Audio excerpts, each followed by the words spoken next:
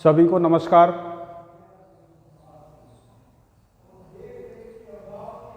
आज फिर आपका ऑनलाइन क्लास में सभी का हार्दिक अभिनंदन एवं स्वागत। तो बच्चों, पिछली क्लास में हमने ये पढ़ा था कि एल्डिहाइड, कीटोन और कार्बोक्सिलिक अम्ल, एल्डिहाइड, कीटोन और कार्बोक्सिलिक अम्ल, उनके IUPAC नामकरण, सामान्य नाम वगैरह और उनको बनाने की विधि इत्यादि का अपन ने पिछली कक्षा में अध्ययन किया था। आज फिर इसी कड़ी में हम आगे बढ़ते हैं और एल्डिहाइड और कीटोन, इनके भौतिक गुणों के बारे में आज हम चर्चा करने वाले हैं। एल्डिहाइड, कीटोन के भौतिक गुण के बारे में, मतलब इनके भौतिक गुण क्या होते हैं। एल्डिहाइडों की बात करें तो जो मेथेनेल होता है, HCHO, मेथेनेल HCHO है, वो कक्ष ताप पर गैसीय अवस्था में होता है। और एथेनेल है CH3CHO, जिसको एसिटैल्डिहाइड भी कहते हैं, वो रूम टेम्परेचर पर एक वाष्पशील द्रव के रूप में पाया जाता है। एथेनेल एक वाष्पशील द्रव के रूप में पाया जाता है। और जो अन्य एल्डिहाइड और कीटोन होते हैं वो कक्ष ताप पर द्रव या ठोस अवस्था में पाए जाते हैं।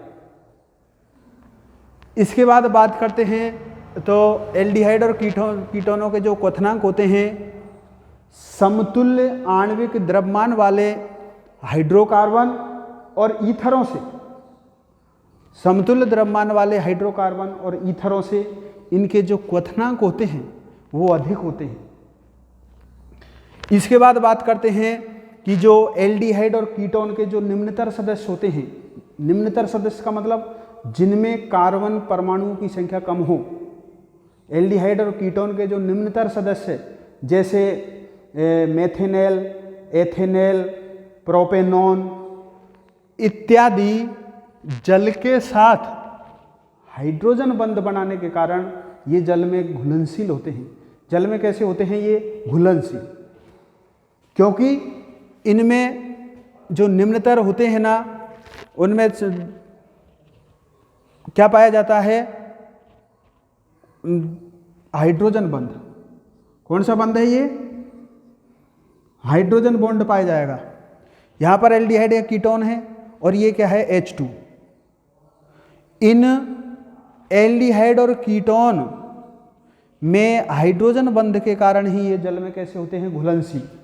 इसमें क्या होता है देखो, जैसे CO है, इसमें कार्बन और ऑक्सीजन, ऑक्सीजन की विद्युत ऋणता कार्बन की तुलना में अधिक होती है।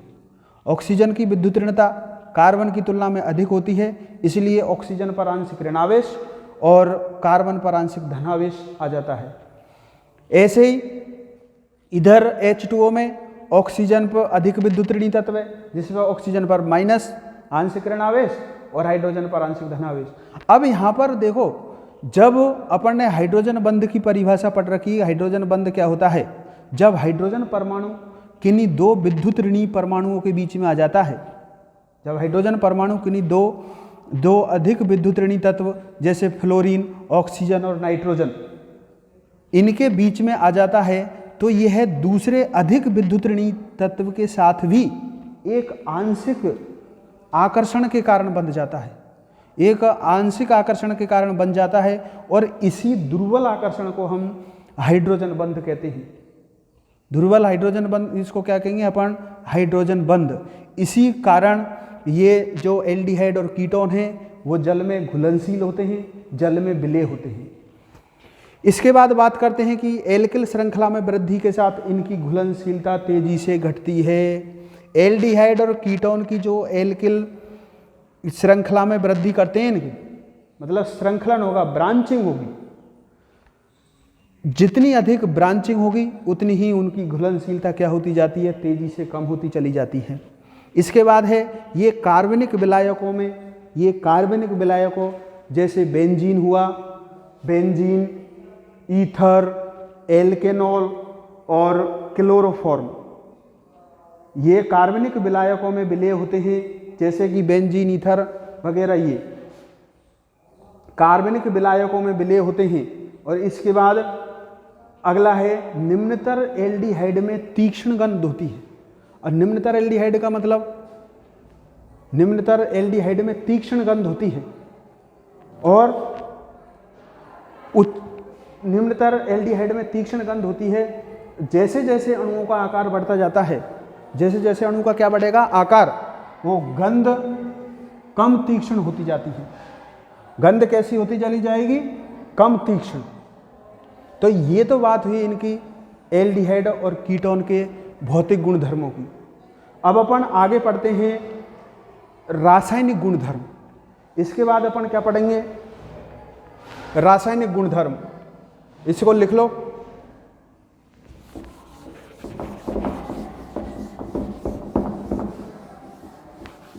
एल्डिहाइड एवं कीटोनों के रासायनिक गुणधर्म। अब रासायनिक गुणधर्म होते हैं, रासायनिक गुणधर्म में रासायनिक अभिक्रियाएं होंगी। रासायनिक गुण, रासायनिक गुणधर्म,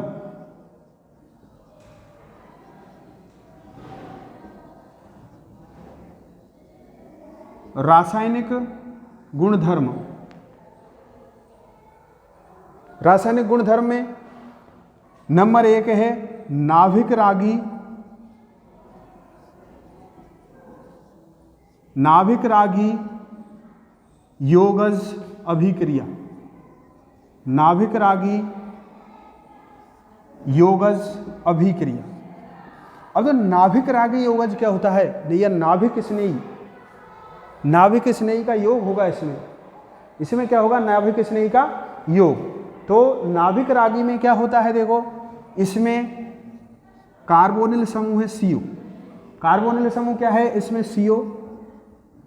एक पर मान लो A, जो अंदर की तरफ है, पृष्ठ के अंदर की तरफ, जिसको अपन ने डॉट डॉट में लिखा है वो पृष्ठ के अंदर की तरफ है। और ये जो डार्क में लिखा है ये क्या है, पृष्ठ की बाहर B। अब इसमें क्या होता है, देखो इस पे तो आंशिक आएगा ऋणावेश, क्योंकि ऑक्सीजन की विद्युत ऋणता कार्बन की तुलना में क्या है, अधिक। और यहाँ पर आ जाएगा धनावेश। अब इसमें नाभिक रागी मतलब न्यूक्लियोफाइल, न्यूक्लियोफाइल का योग होगा। अब न्यूक्लियोफाइल, अब नाभिक स्नेही, नाभिक स्नेही पे कौन सा आवेश है, ऋणावेश। तो ये किस पे आक्रमण करेगा, धनावेश स्पीसीज कौन सी है इसमें, कार्बन। तो इस पे जैसे ये आक्रमण करता है तो यहाँ पर कार्बन की संयोजकता 4 से बढ़कर कितनी हो जाती है, 5। इसीलिए ये जो पाई इलेक्ट्रॉन है ये ऑक्सीजन की तरफ शिफ्ट हो जाते हैं। पाई इलेक्ट्रॉन किधर शिफ्ट हो जाएंगे, ऑक्सीजन की तरफ। ये हुआ स्टेप फर्स्ट। स्टेप कौन सा है, ये फर्स्ट। और ये होता है मंद गति से, स्टेप फर्स्ट। और ये मंद, इसमें A और ये B, ये न्यूक्लियोफाइल और ये O-। इस प्रकार ये बनेगा। नाभिक से नहीं जुड़ा और यहाँ पर O-, A B जाके जाएंगे। और यहाँ पर C से क्या जुड़ेगा, न्यूक्लियोफाइल। और ये O-। अब स्टेप सेकंड,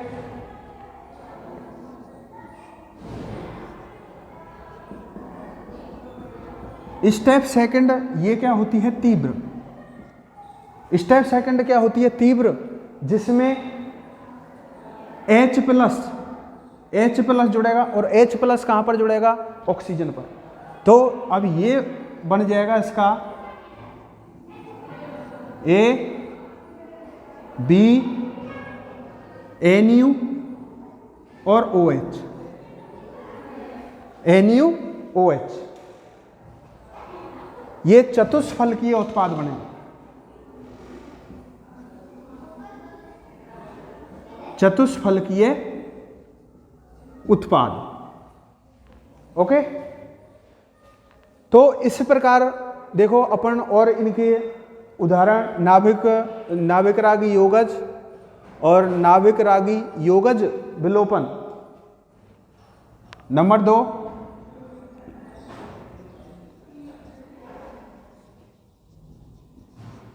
नाभिक रागी योगज एवं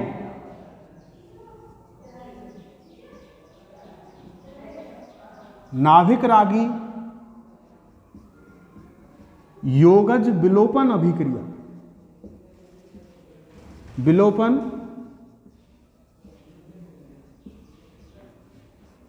अभिक्रिया के कुछ उदाहरण हैं। कुछ उदाहरण लिख लो इसके।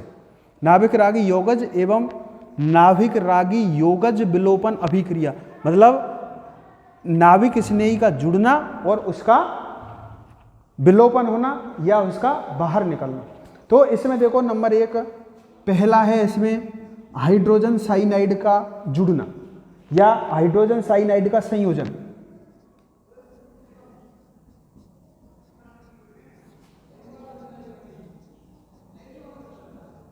हाइड्रोजन साइनाइड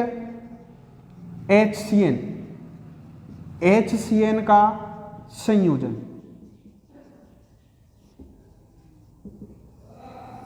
HCN का संयोजन। तो इसमें देखो HCN hydrogen cyanide plus OH, तो हाइड्रोजन साइनाइड की अभिक्रिया किसके साथ करवाई जाएगी? ये क्षार के साथ या न्यूक्लियोफाइल हो गया, तो ये CN- और H2, CN- और H2, ये हो जाएगा नाभिक स्नेही CN-। नाभिक स्नेही क्या हो जाएगा? CN-। हाइड्रोजन साइनाइड और ये क्षार है, क्षार के साथ फिर ये क्या बन जाएगा? नाभिक स्नेही न्यूक्लियोफाइल। अब इसको देखो ये कैसे बनेगा? HCN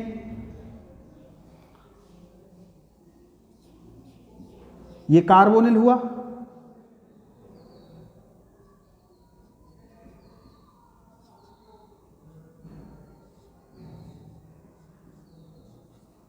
कार्बोनिल समूह पर किसका योग करना अपन को?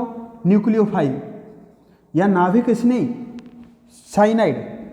अब साइनाइड कहां पर योग होगा इसका? वही पिछले वाला साइनाइड, ये कार्बोनिल है। साइनाइड का आक्रमण पाई बंध पे जुड़े हुए किस पर होगा? कार्बन पर, क्योंकि ये ऑक्सीजन की विद्युत ऋणता क्या है? कार्बन से अधिक, इसलिए ऑक्सीजन पर तो आ जाएगा आंशिक ऋणावेश और इस पे कार्बन पर आ जाएगा आंशिक धनावेश। अब यहाँ पर जो नाभिक स्नेही है, नाभिक स्नेही किस पे आक्रमण करता है? कार्बन पर। इसके बाद जो पाई इलेक्ट्रॉन है, ये पाई इलेक्ट्रॉन कार्बन की संयोजकता को 4 रखने के लिए या पाई इलेक्ट्रॉन किस पे शिफ्ट हो जाएंगे? ये ऑक्सीजन पर। तो अब इसके बाद जो चतुष्फलकीय उत्पाद बनेगा,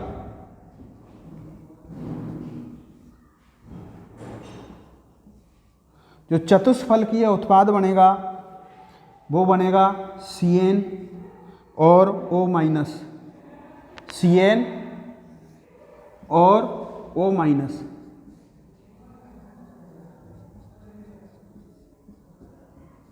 ये चतुष्फलकीय, ये कौन सा बनेगा? चतुष्फलकीय मध्यवर्ती। चतुष्फलकीय मध्यवर्ती। चतुष्फलकीय को दोबारा लिख रहा हूं मैं।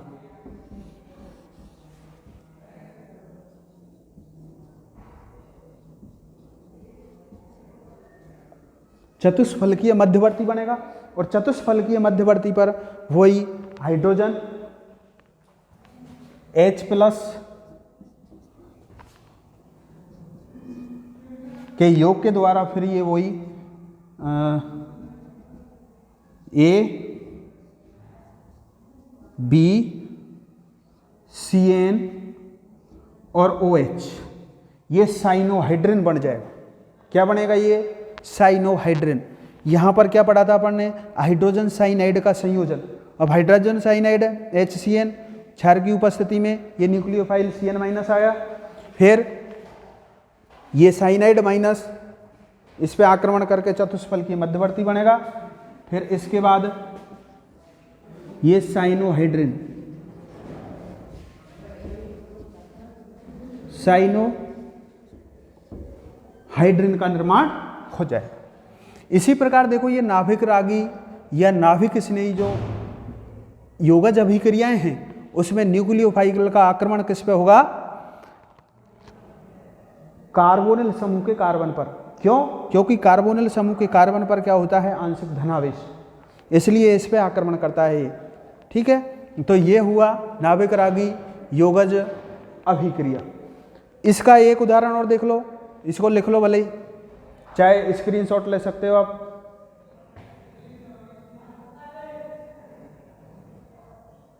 तो पहला हटा रहा हूं मैं,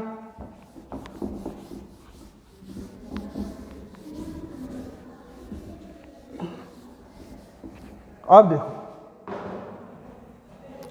इसके बाद है सोडियम बाइसल्फाइड नंबर 2। पहला हो गया ना ये, इसका नंबर दूसरे का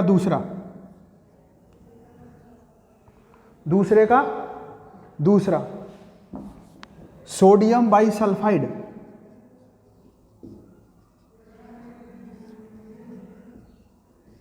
सोडियम बाइसल्फाइड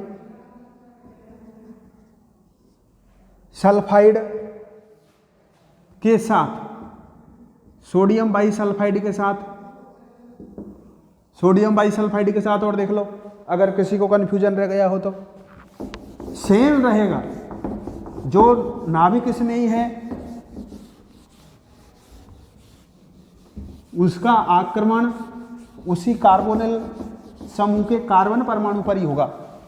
तो हाइड्रोजन साइनाइड NaHCO3 ये कार्बोनिल समूह, एल्डिहाइड या कीटोन कुछ भी हो सकता है, और ये sodium bisulphide NaHSO3, sodium bisulphide, sodium bisulphide. अब देखो इसमें क्या होगा, ये Na प्लस और ये HSO4 माइनस, Na प्लस और HSO3 सल्फाइड ये माइनस। अब यहां पर देखो माइनस वाला तो किस पे आक्रमण करेगा? इस पर, और फिर इस बंध के इलेक्ट्रॉन वही ऑक्सीजन पर। तो ये इस प्रकार बनेगा SO3H और ONA, SO3H और ONA। ठीक है, यहां पर जो Na है, जो सोडियम आयन है, किसके साथ जुड़ जाएगा? क्योंकि इस पे आंशिक क्या है? धनावेश, और इस पे आंशिक क्या है? ऋणावेश। ओके, तो सोडियम धनायन है वो ऋणायन के साथ जुड़ जाएगा, और HSO4 माइनस ऋणायन है वो किसके साथ जुड़ जाएगा? धनायन के साथ। ओके, तो इस प्रकार ये बन जाएगा। इसके बाद प्रोटॉन स्थानांतरण करो, इसके बाद प्रोटॉन स्थानांतरण होगा, प्रोटॉन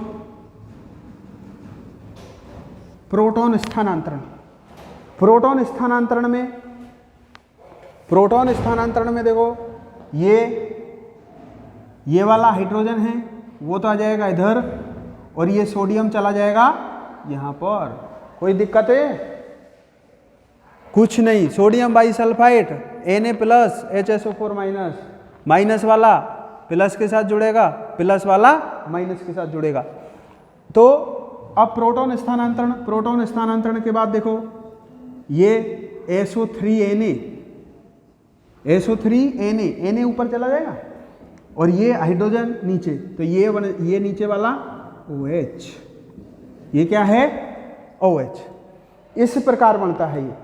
तो सोडियम बाइसल्फाइड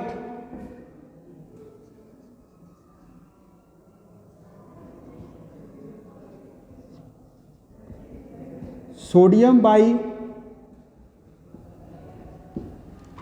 सल्फाइड योगज यौगिक, सोडियम बाई सल्फाइड योगज यौगिक बनेगा। ये सोडियम बाई सल्फाइड के साथ ये, ओके। अब इसके बाद अपन इसको लिख लो पहले एक बार।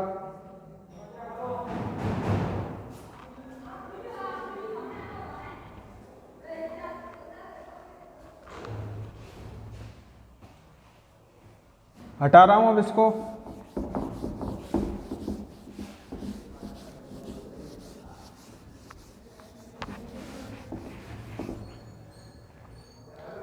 अब इसके बाद पढ़ेंगे अपन अपचेन। अब इसके बाद अपचेन की बात करते हैं। एल्डिहाइड एवं कीटोनों का अपचेन।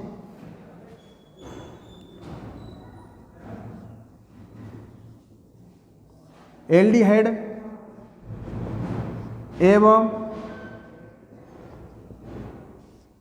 कीटोनों का अपचेन। अपचेन का मतलब रिडक्स। अपचेन का मतलब क्या होता है? रिडक्शन।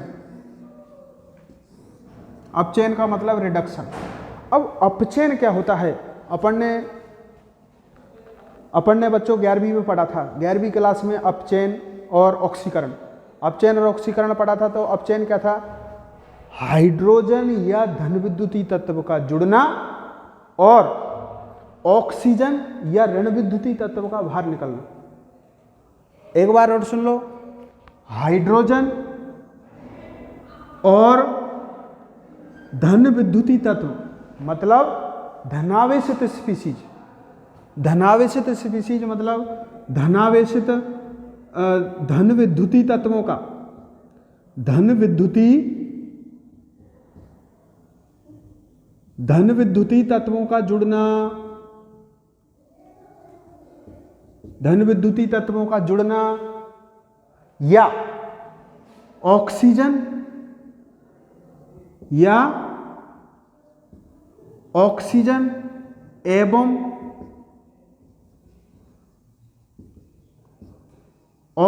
एवं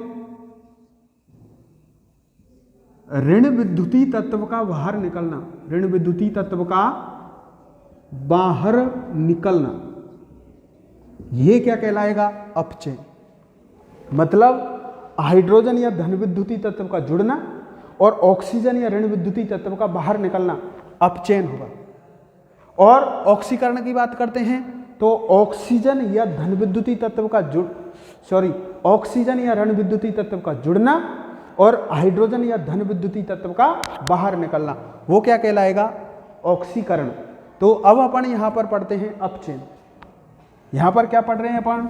अपचयन। तो अपचयन कैसे होगा? किसका? एल्डिहाइड, इसका कैसा होगा? कार्बोनिल यौगिकों का अपचयन। जैसे देखो CO, कार्बोनिल यौगिक CO और जिंक अमलगम की उपस्थिति में ZnHg और HCl, ZnHg और HCl की उपस्थिति में जब इसका अपचयन होता है तो ये CH2 एल्केन बनती है। क्या बनेगी ये? एल्केन। और किससे बनी ये एल्केन? इस एल्डिहाइड या कीटोन या कार्बोनिल समूह से। इसमें क्या होगा? इसी को हम, इस अपचयन को हम क्या कहते हैं? क्लीमेंसन अपचयन। और यहां पर ये H2O बाहर। कैसे होगा देखो, एक बार देख लो इधर। कार्बोनिल का जो CO का जो पाई बॉन्ड है वो टूटेगा, तो एक हाइड्रोजन इधर और 2 हाइड्रोजन इधर और 2 हाइड्रोजन इधर, तो ये तो निकल गया H2O और ये CH2, तो ये क्या बन गई? एल्केन। इसी को हम जो जिंक अमलगम, इसको लिख लेना, जिंक अमलगम होता है इसका नाम। इस पूरे को ZnHg और HCl को ZnHg को जिंक अमलगम कहते हैं। जिंक अमलगम, अब जिंक अमलगम की उपस्थिति में जो अपचयन हो रहा है उसको हम क्लीमेंसन अपचयन के नाम से जाना जाता है। इसको किसके नाम से जाना जाता है? इसको क्लीमेंसन अपचयन। यहां पर लिख लो,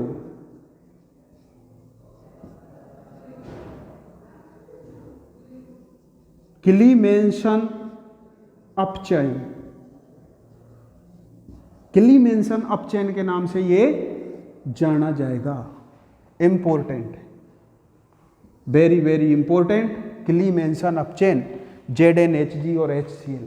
ZnHg को जिंक अमलगम कहते हैं और HCl के साथ जब इन कार्बोनिल समूहों का जब अपचयन होगा तो एल्केन बनते हैं, एल्केन और जल। ठीक है, ये हुआ क्लीमेंसन अपचयन। अब दूसरा है, इसके बाद दूसरा है वोल्फ किस्नर। दूसरा क्या आएगा? वोल्फ किस्नर अपचयन। वोल्फ किस्नर अपचयन। वोल्फ किस्नर अपचयन देखो, ये CO, ये किसकी उपस्थिति में होगा? NH2 NH2 की उपस्थिति में होगा और इसमें NH2 की उपस्थिति में होगा और इसमें देखो, इस H को अगर मैं इधर लिख दूं तो कोई दिक्कत है क्या? कोई दिक्कत नहीं। इसलिए ये H2O बाहर निकलेगा और ये नाइट्रोजन किसके साथ जुड़ जाएगा? कार्बन के साथ। C डबल बॉन्ड, फिर N, फिर NH2, फिर क्या बनेगा? NH, सीधा बस माइनस H2O किया है, माइनस क्या कर दिया? H2O। इसके बाद KOH और एथिलीन ग्लाइकोल के साथ इसको गर्म कर दो। KOH और एथिलीन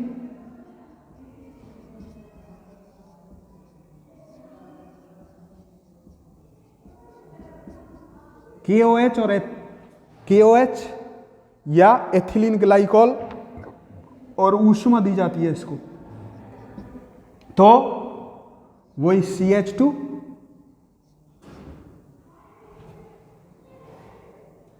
एल्केन में बदल जाएगा। किस में बदल जाएगा? ये एल्केन में, और N2 बाहर निकल जाएगा। N2 दिख तो रहा है क्या? देख लो एक बार और। इसको कहते हैं वोल्फ किस्नर अपचयन। इंपॉर्टेंट है, एग्जाम में आया हुआ है कई बार। क्लीमेंसन वोल्फ किस्नर, कार्बोनिल और ये NH2 के साथ अभिक्रिया करवाई जाती है इसकी, तो H2O बाहर निकल जाएगा और ये क्या बनेगा? मध्यवर्ती। इसके बाद एल्केन, इसके बाद क्या बन जाएगा? ये एल्केन। KOH और एथिलीन ग्लाइकोल की उपस्थिति में उसको ऊष्मा देने पर। ओके, अब देखो, लिख लो पहले इसको एक बार। जिसको स्क्रीनशॉट लेना है स्क्रीनशॉट ले सकते हो आप।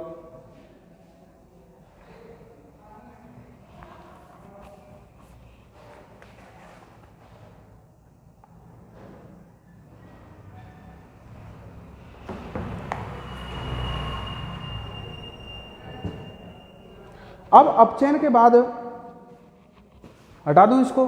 अब अपचयन के बाद चलो अपन ऑक्सीकरण पर। ये तो हुआ अपचयन और इसके बाद ऑक्सीकरण। अपचयन में तुमको बताया था हाइड्रोजन या धन विद्युतीय तत्व का जुड़ना, हाइड्रोजन या धन विद्युतीय तत्व का जुड़ना अथवा ऑक्सीजन या ऋण विद्युतीय तत्व का, ऑक्सीजन या ऋण विद्युतीय तत्व का बाहर निकलना, वो तो क्या हुआ था? अपचयन। अब यहां पर इनका करो अपन ऑक्सीकरण। ऑक्सीकरण, बहुत सिंपल है, कोई दिक्कत नहीं है। ऑक्सीकरण, ऑक्सीडेशन, ऑक्सीडेशन। अब इनका ऑक्सीकरण कैसे होगा, देखो जैसे पहला ऑक्सीकरण करते हैं अपन एल्डिहाइड का, RCHO,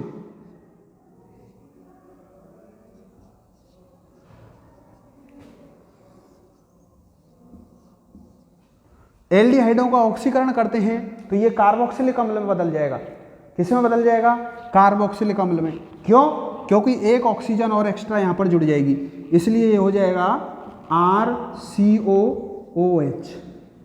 RCOOH ये है कार्बोक्सिलिक अम्ल या कार्बोक्सिलिक समूह, जो भी है कार्बोक्सिलिक अम्ल। ओके, सीधा सिंपल बिल्कुल। ऑक्सीकरण, ऑक्सीजन का जुड़ना, ऑक्सीजन या ऋण विद्युतीय तत्व का जुड़ना, और हाइड्रोजन या धन विद्युतीय तत्व का, हाइड्रोजन या धन विद्युतीय तत्व उनका बाहर निकलना, वो ऑक्सीकरण कहलाएगा। इसके बाद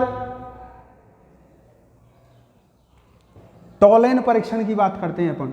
ये तो हो गया ऑक्सीकरण में, कोई दिक्कत नहीं है। अब है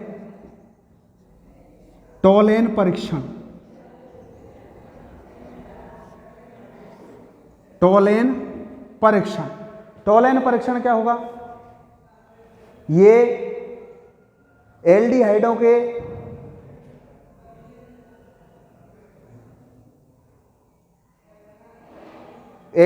को ताजा बने अमोनियम सिल्वर नाइट्रेट विलयन के साथ गर्म करने पर सिल्वर धातु बनने के कारण चमकदार सिल्वर दर्पण बनता है।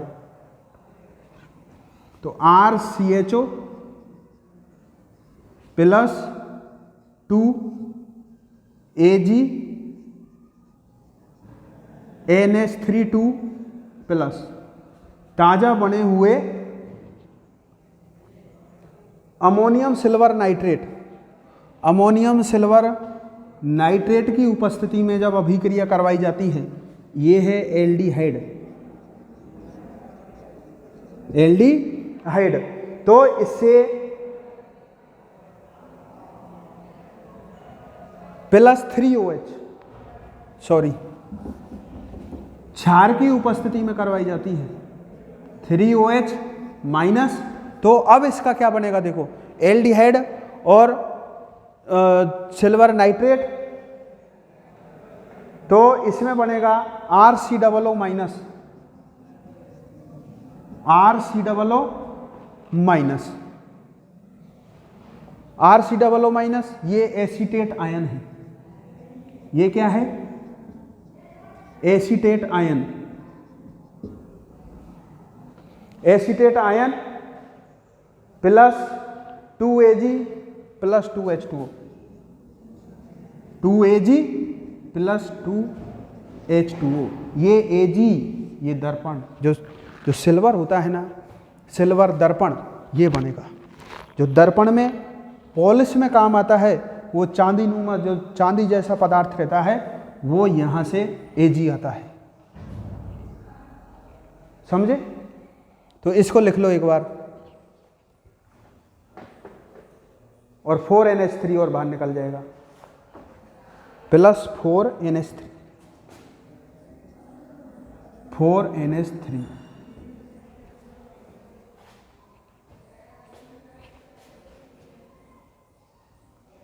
इसके बाद एक और लिख लो, फेलिंग विलियन।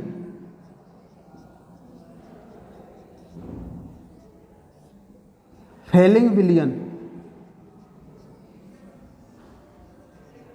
फेलिंग विलियन की बात करते हैं अपन, तो फेलिंग विलियन वही, ये Cu प्लस से हुआ, RCHO plus Cu plus 2, copper ion, copper ion 2Cu plus 2 plus 5OH minus, 5OH minus, और RCOO माइनस, प्लस Cu2O लाल भूरा अवक्षेप प्लस 3H2O। Cu2O लाल भूरा अवक्षेप होता है,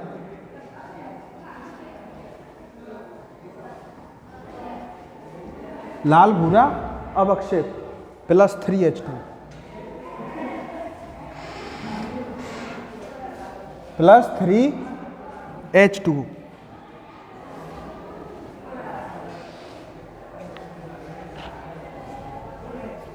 लिख लो इसको। चलो जी, इसके बाद है अपन एल्फा हाइड्रोजन के कारण होने वाली अभिक्रियाएं। एल्फा हाइड्रोजन के कारण होने वाली अभिक्रियाएं, जिनमें पहली है पहली पढ़ेंगे एल्डोल संघनन, एल्डोल कंडेंसेशन,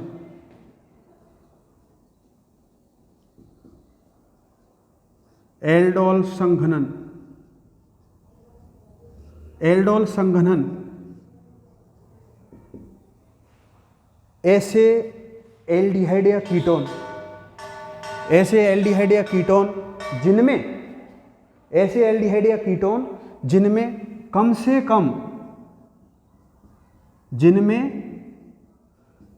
कम एक एल्फा हाइड्रोजन उपस्थित होना चाहिए। एल्फा हाइड्रोजन उपस्थित होना चाहिए, कम से कम एक एल्फा हाइड्रोजन उपस्थित होना चाहिए। तो एक एल्फा हाइड्रोजन उपस्थित होना चाहिए तो ही ये एल्डोल संघनन होगा, वरना नहीं होगा। अब ये एल्फा हाइड्रोजन क्या है? What is alpha hydrogen? Alpha hydrogen देखो, ये कोई भी एल्डिहाइड समूह है या कीटोन है। एल्डिहाइड की बात कर रहे हैं अपन, एल्डिहाइड या कीटोन है, इसके जो जस्ट पास वाला जो कार्बन होता है, जस्ट पास वाला कार्बन मान लो ये है कोई ब्यूटेनेल, ब्यूटेनेल की बात करते हैं अपन, एल्फा हाइड्रोजन बता रहे हैं अपन, तो ब्यूटेनेल की बात करेंगे तो देखो क्रियात्मक समूह एल्डिहाइड। अब क्रियात्मक समूह एल्डिहाइड के जस्ट पास वाला कार्बन कौन सा होगा? Alpha carbon. जस्ट पास वाला कार्बन कौन सा होगा? Alpha carbon. और इस कार्बन पर जुड़ी हुई हाइड्रोजन एल्फा हाइड्रोजन कहलाती है। इस कार्बन पर जुड़ी हुई हाइड्रोजन कौन सी कहलाएगी? Alpha hydrogen. और इसके बाद वाला बीटा और इसके बाद वाला गामा, ऐसे इनके चले जाएंगे। तो एल्फा कार्बन पर उपस्थित hydrogen alpha hydrogen, beta carbon पर उपस्थित, लेकिन बीटा और गामा की अपन बात यहाँ पर नहीं करेंगे, क्योंकि यहाँ पर किसकी बात है, किस पे डिपेंड कर रही है ये रिएक्शन? एल्फा हाइड्रोजन पर। अगर एल्फा हाइड्रोजन उपस्थित होगा तो ये रासायनिक अभिक्रिया होगी, वरना नहीं होगी, वरना ये किसी भी कंडीशन में नहीं होगी। तो देखो, अब इसमें अपन बात कर रहे हैं एल्डोल कंडेंसेशन की। एल्डोल कंडेंसेशन में एल्फा हाइड्रोक्सी ब्यूटेनेल, एल्फा हाइड्रोक्सी ब्यूटेनेल या एल्फा हाइड्रोक्सी कीटल बनते हैं। इसमें एल्फा हाइड्रोक्सी ब्यूटेनेल या एल्फा हाइड्रोक्सी कीटल। तो देखो कैसे बनेगा,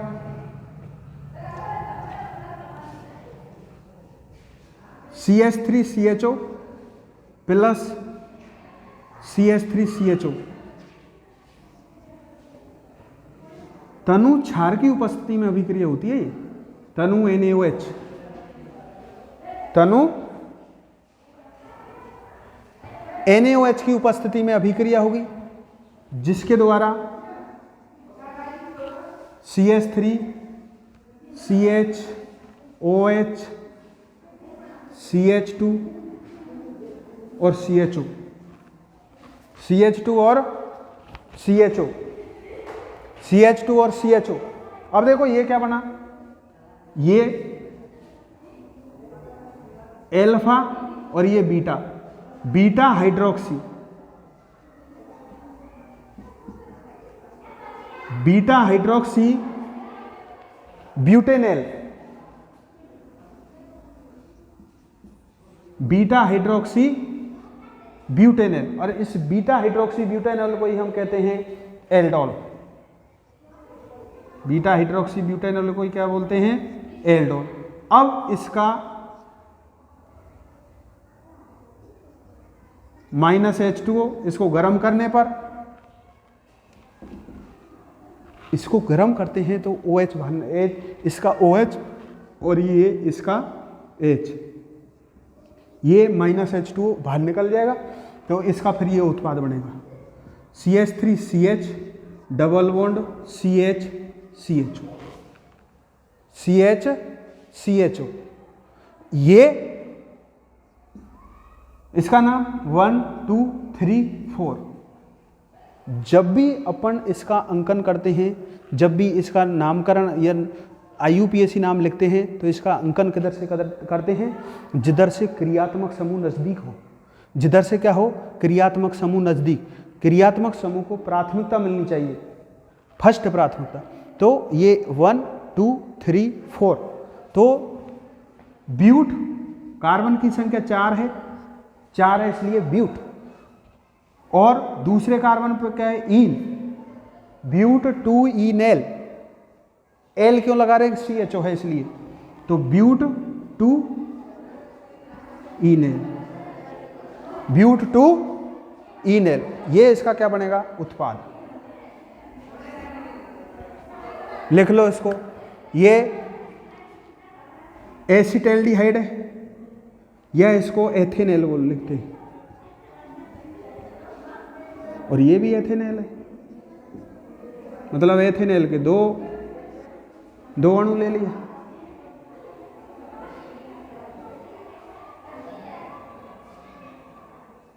ठीक है।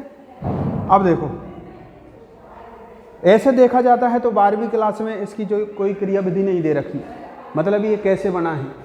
तनु NaOH की उपस्थिति में ये जो ब्यूट 2 ईनेल बना है, एल्डोल, एल्डोल संघनन उत्पाद है ये। इसको ऐसे भी लिख लो, एल्डोल संघनन उत्पाद। ओके। अब इसकी देखो क्रिया विधि देख लो एक बार, क्रिया विधि कैसे होगी। इंपॉर्टेंट ध्यान रखना, एल्डोल कंडेंसेशन, इसकी क्रिया विधि की बात करते हैं तो COH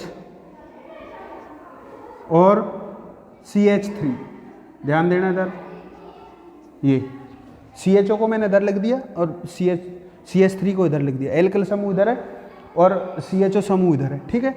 अब इसकी अपन OH माइनस क्षार की उपस्थिति में अभिक्रिया कराई जाती है, क्योंकि NaOH से क्या आ जाएगा? OH minus. तो यहाँ पर देखो, ये OH माइनस क्षार क्या करेगा?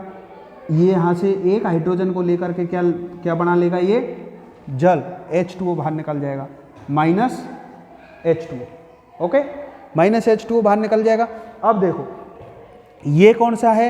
ऋणावेश, OH माइनस, तो H प्लस को लेगा। ये किसको लेगा? H प्लस को। मतलब ये इस बंध के इलेक्ट्रॉनों को साथ में नहीं ले जाएगा, ये बंध के इलेक्ट्रॉन केवल इसी कार्बन पर रह जाएंगे। इसलिए इस कार्बन पर कौन सा आवेश रह जाएगा? माइनस आवेश। इस पर कौन सा आवेश रहेगा? माइनस। क्यों? क्योंकि इस बंध के इलेक्ट्रॉन को यहाँ के यहीं छोड़ गया, इसलिए प्लस की फॉर्म में निकला H प्लस। तो CO H CH और CH और ये माइनस, ये कार्बोनियम आयन बनता है। क्या बनेगा? ये carbonium ion, carbonium ion. Okay. इसके बाद अब मान लो ये कार्बोनियम आयन यहाँ पर द्विबंध बना ले, तो ये इस बंध के इलेक्ट्रॉन कहाँ पर चले जाएंगे? इस पर। तो ये बन जाएगा CO minus double bond C H और H। ओके। ये कार्बोनियम आयन, ये इनोलेट, एल्कीन, तो इनोलेट आयन, इनोलेट आयन बनेगा। ये तो किसके साथ हो गई,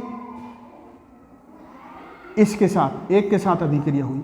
अब दूसरा अणु, अब ये वाला जो है ये कार्बोनियम आयन, ये जो कार्बोनियम आयन है की अभिक्रिया किसके साथ होगी, एथेनॉल के साथ। ये स्टेप फर्स्ट। और स्टेप सेकंड, स्टेप सेकंड में देखते हैं अपन,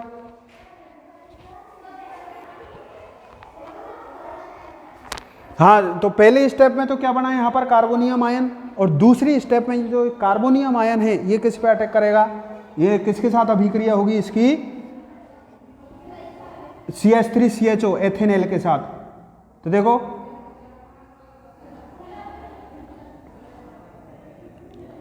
HCOH माइनस कार्बोनियम आयन। फिर इसके बाद अपन ने लिखा है किसको, ये रहा CH3CHO, CH3COH, CH3COH। अब यहां पर देखो क्या होता है, यहां पर इस बंध के इलेक्ट्रॉन, इस बंध के इलेक्ट्रॉन कहां पर माइनस इस पे आक्रमण करेगा, तो ये कार्बन और ऑक्सीजन के इलेक्ट्रॉन किस पे शिफ्ट हो जाते हैं, ऑक्सीजन की तरफ।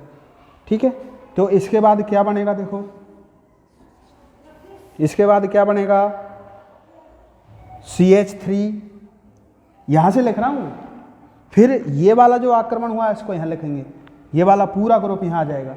ओके, तो CH3CO माइनस, और ये H इसके साथ है, मैं H को यहां पर लिख रहा हूं।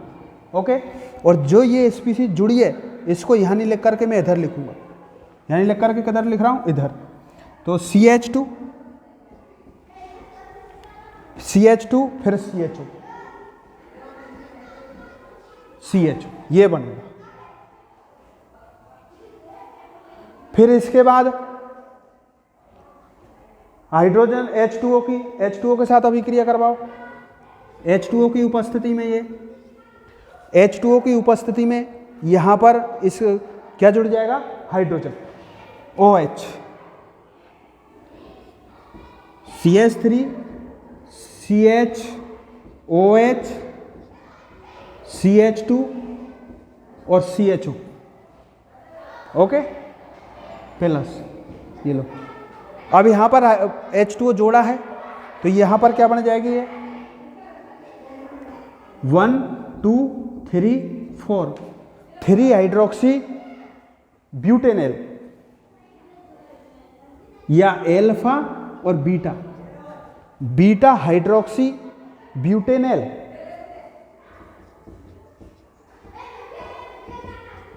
Beta hydroxy butanol, beta hydroxy butanol, या इसका IUPAC नाम लिखते हैं 3 हाइड्रोक्सी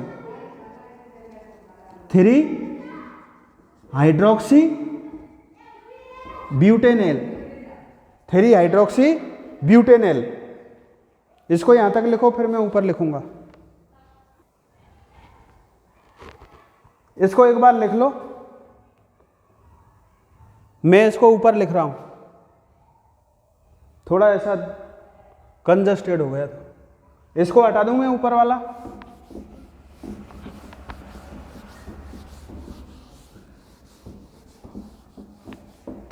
तो ये वाला जो उत्पाद बना है ना अपना, इसके बाद जल अपघटन करवाया, H2O के साथ अभिक्रिया करवाई, तो क्या बनेगा, ये CH3 CHOH CH2 CHO। ठीक है, अब यहां पर देखो इसका नाम, अगर अपन इसका सामान्य नाम लिखना चाहते हैं तो ये CHO के पास वाला कार्बन एल्फा, इसके बाद वाला बीटा, तो बीटा हाइड्रोक्सी, इसका नाम हो जाएगा beta hydroxy butanal, beta hydroxy क्या हो जाएगा, ब्यूटेनेल, इसी को हम कहते हैं एल्डोल, एल्डोल। और अब इसको गर्म करने पर वो H2O जोड़ा था, अब गर्म करने पर H2O बाहर निकल जाएगा। अब H2O बाहर कैसे निकलेगा, देखो मैं एक बार इसको हटा रहा हूँ, एल्फा और बीटा को, ये यहाँ पर हाइड्रोजन, एक हाइड्रोजन को मैं यहाँ पर लिख दूँ तो कोई दिक्कत है क्या, कोई दिक्कत नहीं। CH2 का CH2 ये, अब यहाँ से ये H2O माइनस H2O हो जाएगा और यहाँ पर द्विबंध हो जाएगा, इसका सिग्मा आधा और आधा एक बॉन्ड बन जाएगा यहाँ पर, CH3 CH double bond CH और CHO, ये इनोलेट जो कहा था। अब इसका नाम लिखो, देखो 1 2 3 4, 1 2 3 और 4, IUPAC नाम लिखते हैं तो वही क्रियात्मक समूह को प्रथम स्थान देते हैं। प्राथमिकता किसको देंगे, क्रियात्मक समूह को। तो क्रियात्मक समूह जब अंकन करते हैं इसका, तो सबसे पहले क्रियात्मक समूह की तरफ से अपन अंकन करते हैं, तो 1 2 3 और 4। दूसरे पर क्या है, इन डबल बॉन्ड है दूसरे पर, तो कार्बन की संख्या कितनी हुई, 4, इसलिए 4 को मैं लिख रहा हूँ ब्यूट, 4 को क्या लिख रहा हूँ, ब्यूट। और डबल बॉन्ड कौन से कार्बन पर, 2 पर, but 2 ene plus al, ene plus al, ene तो किससे आया, एल्कीन है इसलिए, और एल किससे आया, एल्डिहाइडों के लिए अनुलग्न लगाते हैं एल, इसलिए इनेल हो जाएगा, इसलिए क्या हो जाएगा ये इनेल, ब्यूट 2 इनेल, ब्यूट 2 इनेल। ये इसकी हुई क्रियाविधि, किसकी, एल्डोल संघनन की। हटा दूं इसको,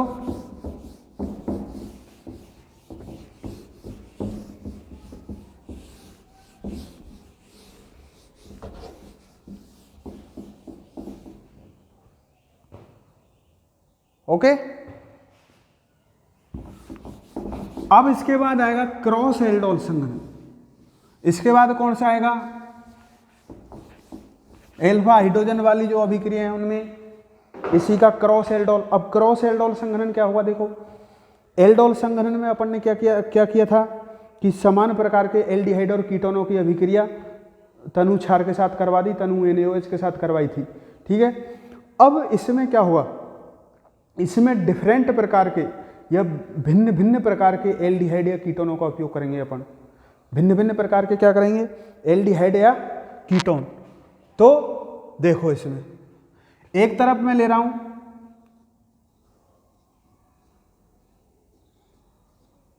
CH3CHO प्लस CH3COCH3, ये तो है एल्डिहाइड,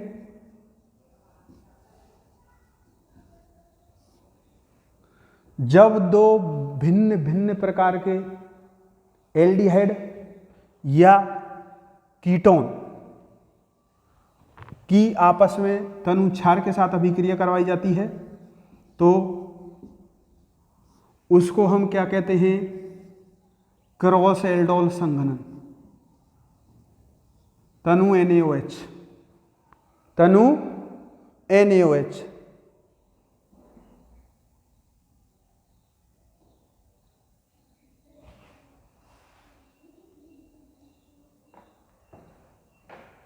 तनु NaOH।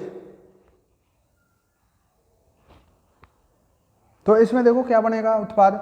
अब इसकी सबसे पहले अपन क्या करवाते हैं, क्रियाविधि देखते हैं।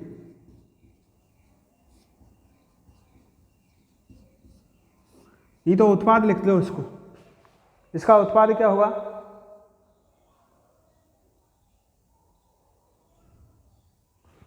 हाँ CH3 इसका उत्पाद क्या होगा, उत्पाद बाद में लिख लेंगे इसका, पहले इसकी क्रियाविधि से देख लेते हैं। तो क्रिया विधि में देखो आ जाओ, CH3CHO, तो मैं इधर लिख रहा हूँ इसको CO CHO और CH3, सेम टू सेम क्रिया विधि से पता लग जाएगा बिल्कुल क्लियर, क्या उत्पाद बनेगा, क्या नहीं बनेगा, कैसे बनेगा, कैसे नहीं बनेगा। ठीक है, तो ये वही OH माइनस की अभिक्रिया करवाई, तो ये OH माइनस क्या करेगा, ये ले जाएगा कार्बोनियम आयन बन जाएगा, यहाँ पर कार्बोनियम आयन, और ये कार्बोनियम आयन बना, कार्बोनियम आयन। ठीक है, अब तो थोड़ा स्पीड में लिख लो, कोई दिक्कत नहीं है।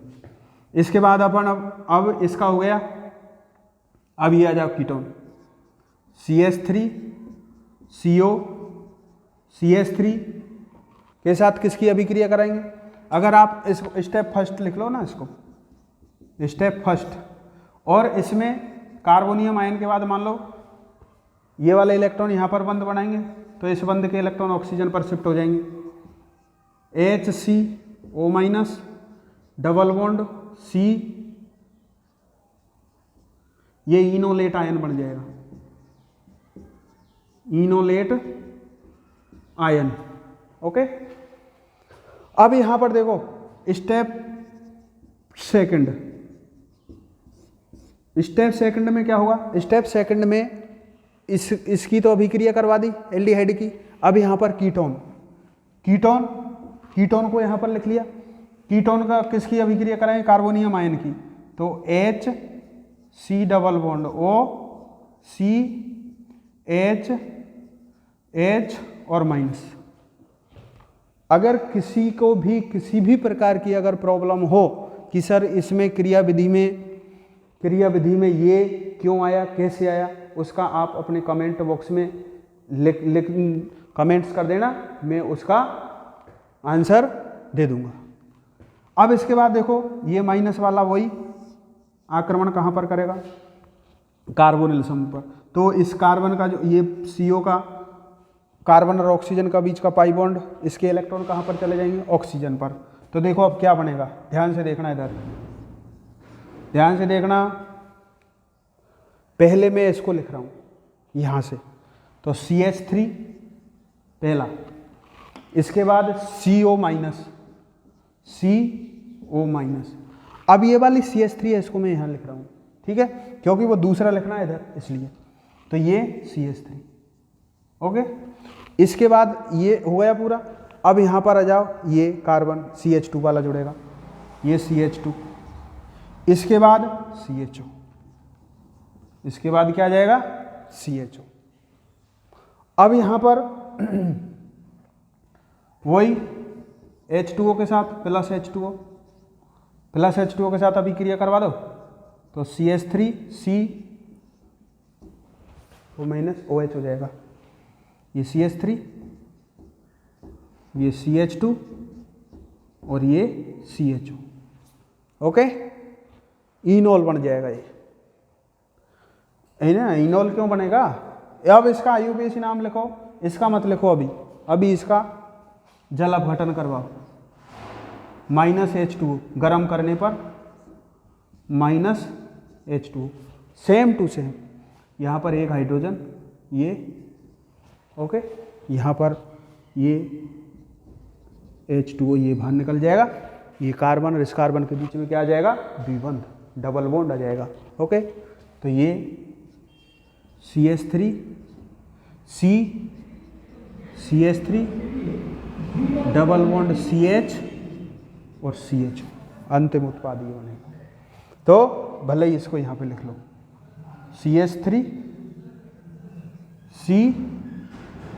CH3 डबल बॉन्ड CH और CHO, ओके। इसका नाम होगा ये एल्फा और ये बीटा, नहीं तो एल्फा बीटा नहीं, क्यों मत लिखो, IUPAC नाम लिख लो इसका, IUPAC नाम लिखो, इधर से 1 2 3 और 4, थ्री मेथिल ब्यूट 2 इनेल, इसका नाम है IUPAC 3 methyl but 2 enal, 3 methyl but 2 enal, ये इसका हो गया IUPAC नाम। तो ये अपन ने एल्डोल संघनन और क्रॉस एल्डोल संघनन, एल्डोल संघनन में तो समान प्रकार के एल्डिहाइड या कीटोन की अभिक्रिया होगी तनुच्छार की उपस्थिति में, और यहाँ पर जो क्रॉस था उसमें विभिन्न प्रकार के 2 या 2 से अधिक प्रकार के डिफरेंट टाइप के एल्डिहाइड या कीटोनों की अभिक्रिया करवाई जाती है, और जिसकी वो क्रिया विधि है वो बिल्कुल सेम रहेगी। तो इस प्रकार से अपन अपनी आज की क्लास यहाँ पर ही ख़त्म करते हैं, और कल आपको हम केनी-जारो अभिक्रिया के बारे में अध्ययन करेंगे। और अगर आपको आज की अपनी क्लास अगर आपको अच्छी लगी, ये वीडियो आपको पसंद आया, तो आप लाइक, शेयर और सब्सक्राइब करना ज़रूर करें या करना नहीं भूलें। ओके, धन्यवाद।